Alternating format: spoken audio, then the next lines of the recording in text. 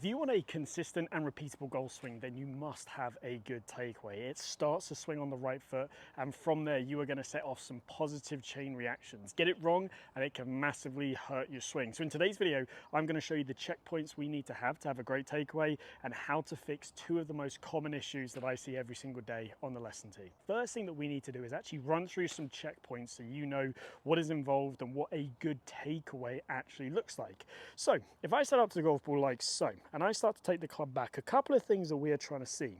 At this shaft parallel position, which we class as P2, we are going to see from the down the line view that A, the hands are roughly over the toe line, B, that the club face is matching the spine angle, and C, that the club head is in line to slightly outside of the hands. So let's just run through each of those. So when it comes to the hands, we do not want to see them stretched too far out away from us. This can be where we get disconnected, or quite often you'll see people suck the club in way too much. So by having them roughly over that toe line is going to get the club in front of us in a great position.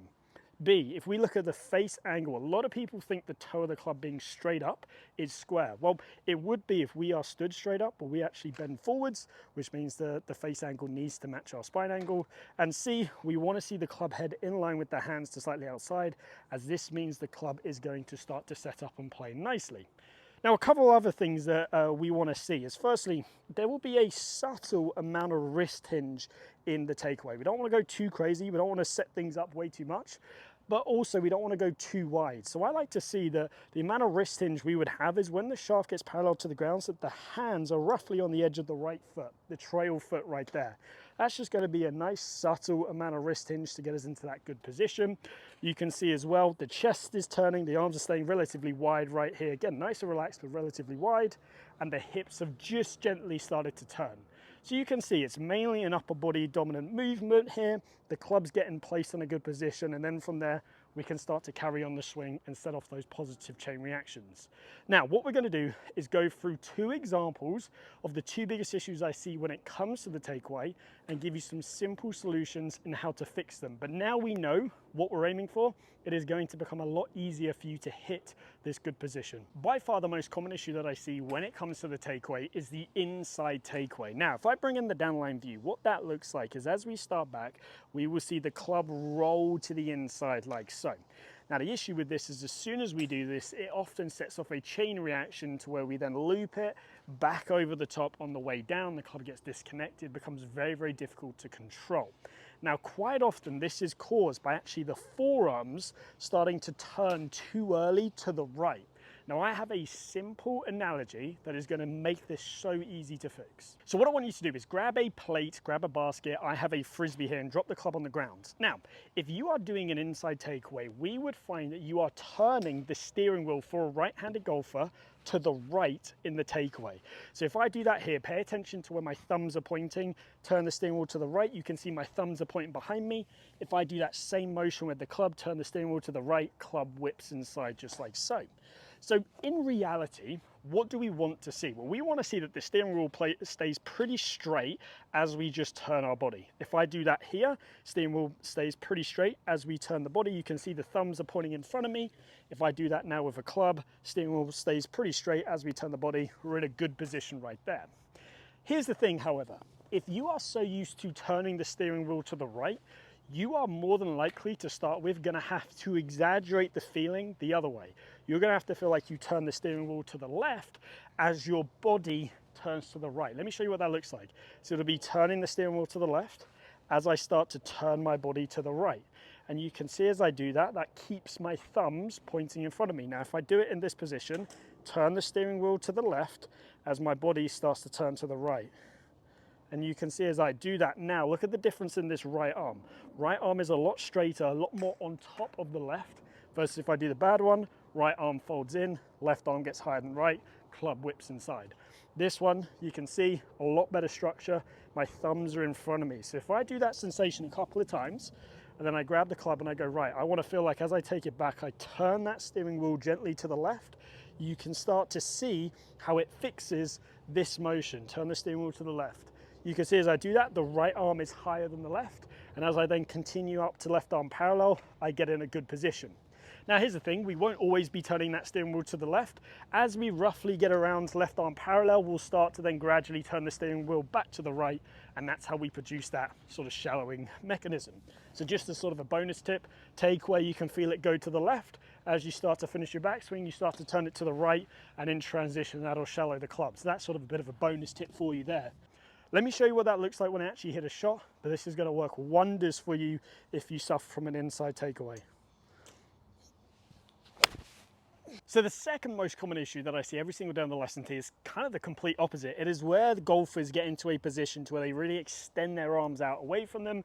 From there, sometimes they'll then just follow that path on the way down, swinging very much out to in, or they'll sort of loop it under, get a little bit stuck. But either way, as soon as we start to extend our arms away from our body, it's going to be extremely difficult to kind of reconnect them, synchronize up the body.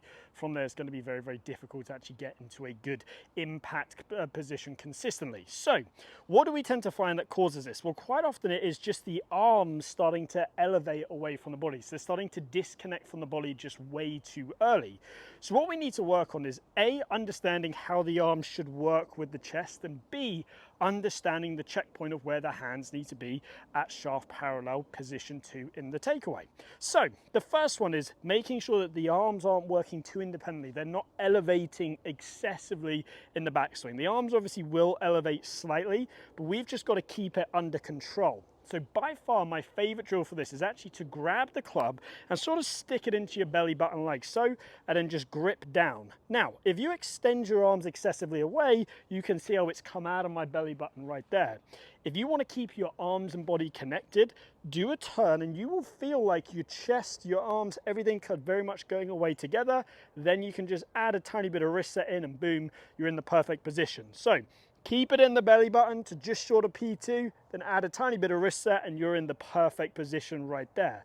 So just do that a couple times, get used to sort of the first couple of feet, what that feels like. It'll very much feel like the chest is turning to start the movement back. You'll feel like your arms aren't working necessarily away from you. So that's the first drill. Now let's work into the second drill. So the second drill that I've got for you is called the pushback drill. And I saw Nelly Corder do this the other day in an Instagram video. So I'm going to give it to you right here. Grab a second golf ball and place it behind the one that you are about to hit. Now, if you are doing this incorrectly, if your arms are working away from you, as you push this ball back, you will see the ball go somewhere off to the right, just like so. Now, as you can see there, the ball went off to the right. What are we actually looking to see when doing this drill correctly? Well, because the golf swing is on a slight arc, I would want to see that this ball works back on a straight line or slightly to the inside, especially if you're that golfer that takes the club away from you just a little bit too excessively. So the great thing about this drill as well is you can hit balls doing it. So that's what I'm going to do for you right here. I'm going to feel like I take it back, push that ball back so it has a slight arc to it, and then continue all the way through and hit the shot. Let me show you what that looks like right here. So as you can see there, as I pushed the ball back, it went back on a nice arc. Now the final drill is actually what I like to call mapping. So what you're going to do for this is grab a golf club or an alignment stick and just place it just outside your trail big toe like so. Now the reason why I call this mapping is because this is where we want to see the hands get to at shaft parallel. So we're sort of mapping that position.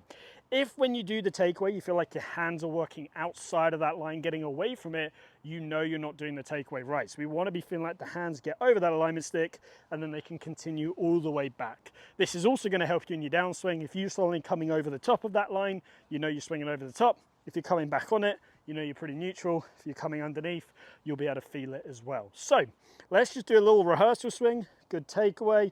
Feel like I'm getting the hands over the toe line. Great. And then I can swing all the way through. So there you have it. Those are some very simple checkpoints that you can use in order to get you a takeaway in a good position. And it's crucial that you understand what position you're trying to hit first when we're looking at the takeaway. Then from there, I've gone through the two most common situations that I see that people struggle with. There are obviously more. I will be releasing those in a later video at a later date. Now, if you have questions about anything I've gone through in today's video, please ask away. Drop them down in the comments. I respond to every single comment. If you need a little bit more one-to-one help with your game, maybe you're just a little bit confused as to what's going on with your swing and you want me to take a look, I offer online coaching on the Gill platform. The link is down in the description, so go take a look at it. You can get a lesson with myself no matter where you are in the world. And lastly, if you have enjoyed today's video, please give it a like and subscribe. Also click that bell button. It really helps out my channel, and I'm really hoping to grow as much as possible in the next year.